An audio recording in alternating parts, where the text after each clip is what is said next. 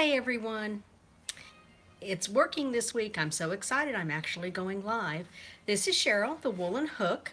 I'm coming to you this afternoon. It's 3 o'clock here. No, it's it's 4 o'clock here. I'm okay. Central Standard Time in the suburbs of Houston, Texas. For those of you who have been kind of following along with me over the last few weeks, I've been talking about being a minimalist fiber artist and what that means to me and how I'm going to get from being a former yarn shop owner to being the kind of fiber artist that uses what she has and then buys more.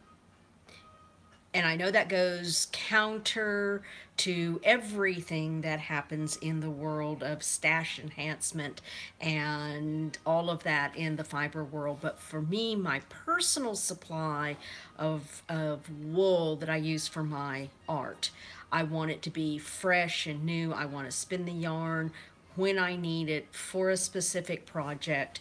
And again, I'm talking the art that I do with my yarn. I do hoard certain hand dyers, fingering weight yarn, and spinning fiber because they do such an exceptional job, and those things I use for personal projects and or crochet design, but more about that another day.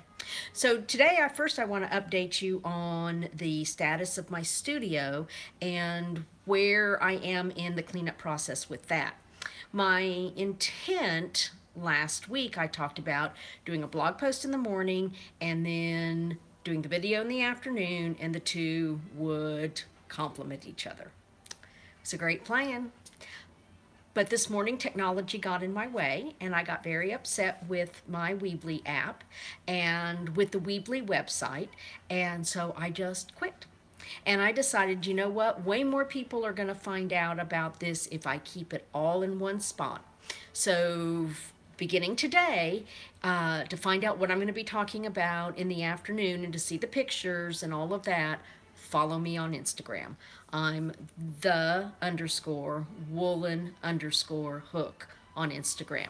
Follow me there and you'll always know pretty much what's going on in all aspects of my life.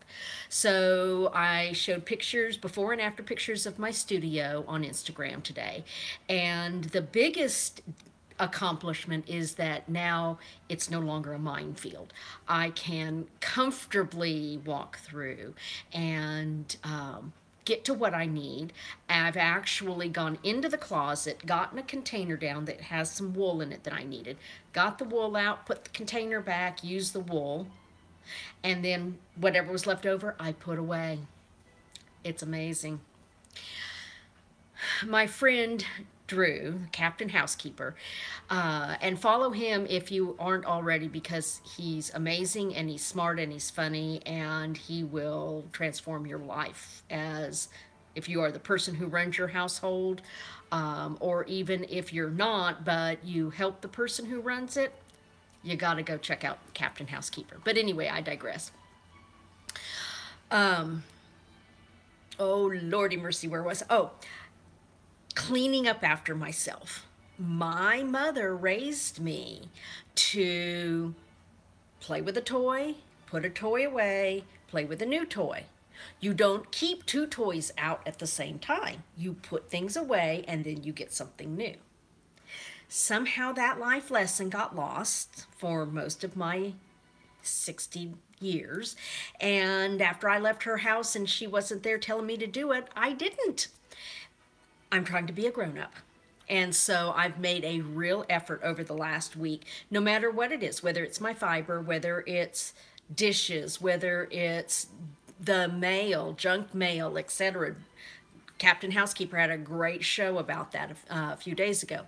So I am trying to deal with stuff once as I am getting rid of and purging the things that truly just need to go someplace else. So I'm not adding to, I'm dealing with it and I'm getting rid of. And the book that I've been referencing is Decluttering at the Speed of Life. And in it, she stresses that you don't have to do it in one day, which is another personality flaw of mine. So I'm not stressing about that anymore. I am simply taking it as I have time and tackling a specific chore.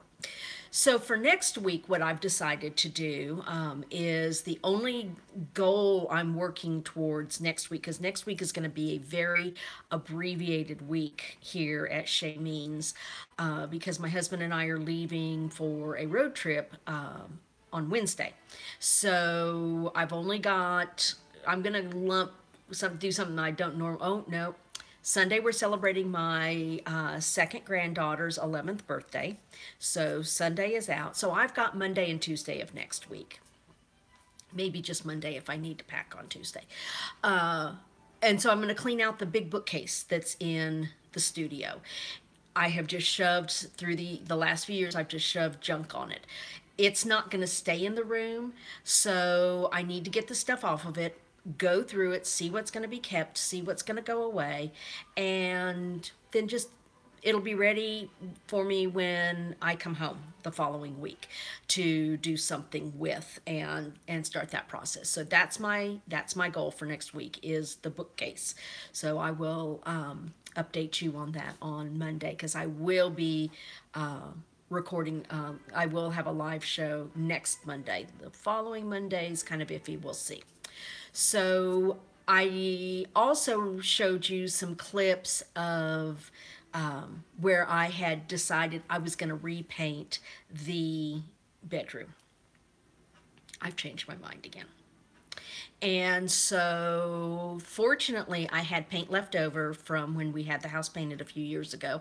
Went out in the garage this morning, got that paint, painted over all those little test samples, and it's drying. The room's going to be good to go. I have a lot of things in my life that are red and gold and green.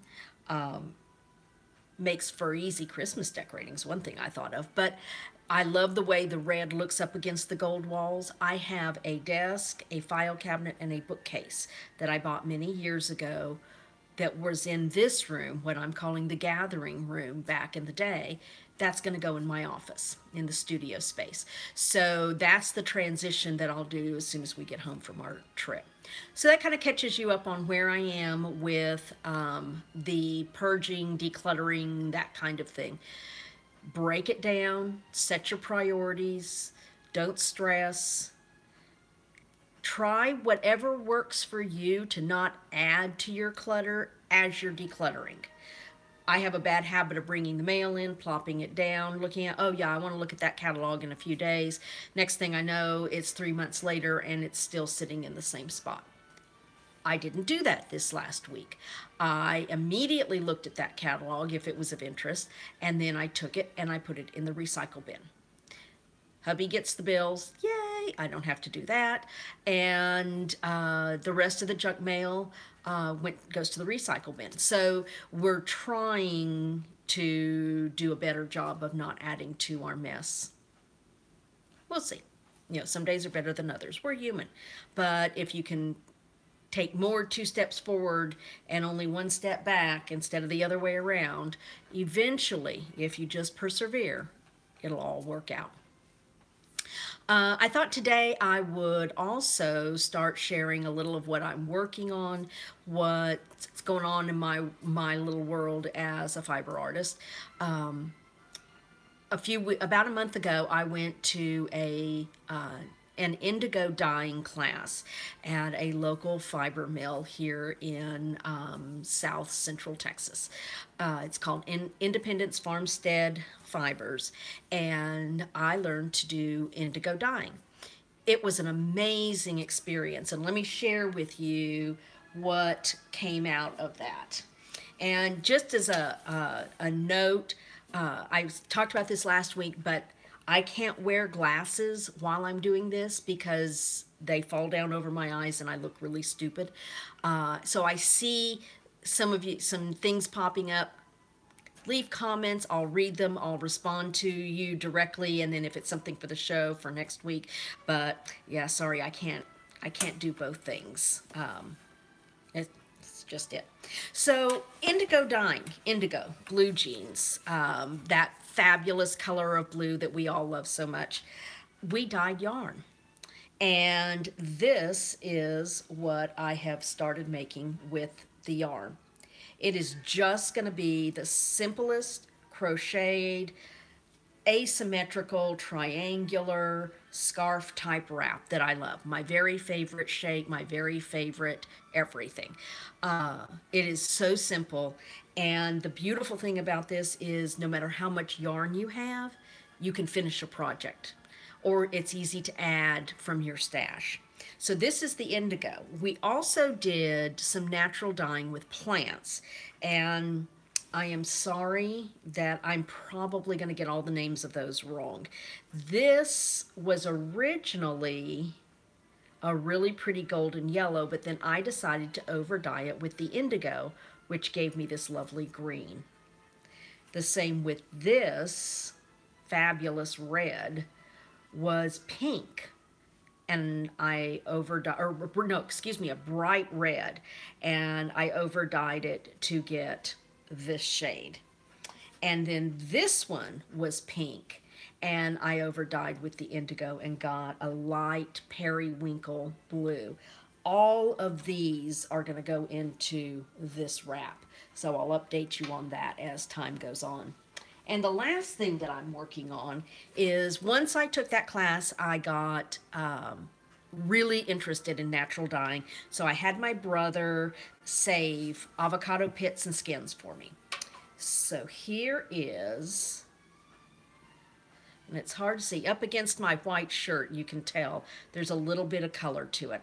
I didn't have enough pits to really get a deep color, and I don't think I used enough Morton to get it to stay, but I'm hooked. I have so much fun doing this.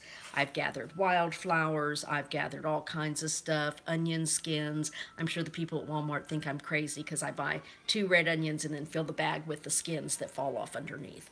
So if you see some strange short little woman doing that, just say hi, you'll know what it's for. All right. Well, the last thing I want to talk about is a fabulous story I read this week. And last week I left you with a little quote. This week I want to leave you with a story. And I'm going to post the link to this on my Instagram page so that you can go watch this video for yourself. There is an artist, a painter in Australia who is 102 years old. She didn't pick up a paintbrush until she was 85. And I moan about being 60 and wasting, the last few years of my life. I need to cut that stuff out. She said that she grew up in a family where the expectations were for a more professional career. Her father, a doctor, did not approve of the idea of her being an artist. Then she married, and she said, and this breaks my heart, that she had a very critical husband, and that squelched that artistic nature in her. And so it wasn't until he passed away that she picked up a paintbrush and started painting. And when she talked about herself and her growing up, she was just adorable. And she said she was always a bit of a misfit in her family, and that she really didn't quite fit with everyone else. That rang some bells for me, not only family, but in a lot of areas in life. Many of us have felt this way. And so she has come to think of herself as kind of like a weed, because weeds grow no matter where they are. You can be sandwiched between 2 pieces of concrete on a sidewalk and a weed will grow. In the middle of a gorgeous field of flowers, a weed will grow. And that touched my heart so much. I am honestly thinking of incorporating um, a little line drawing that I can do somehow of a weed to be a part of my logo, to be a part of my brand, because that is it. That is what we as creative folks and makers and dreamers are all about. And it's so easy to get our tender little hearts and feelings bruised, or to think that we're not quite right because we are different. So, like this sweet lady, let's embrace we are, who we were created to be. It's not too late, it's never too late. And come on, let's all be weeds together. Thanks so much, y'all. You have a great week, whatever the week brings you, the weekend. Oh, nope, this is Monday. We just had the weekend. My days are so mixed up. I apologize. I hope you have a good and productive week, and I'll look forward to seeing you back here next week. Until then, I'll see you on Instagram.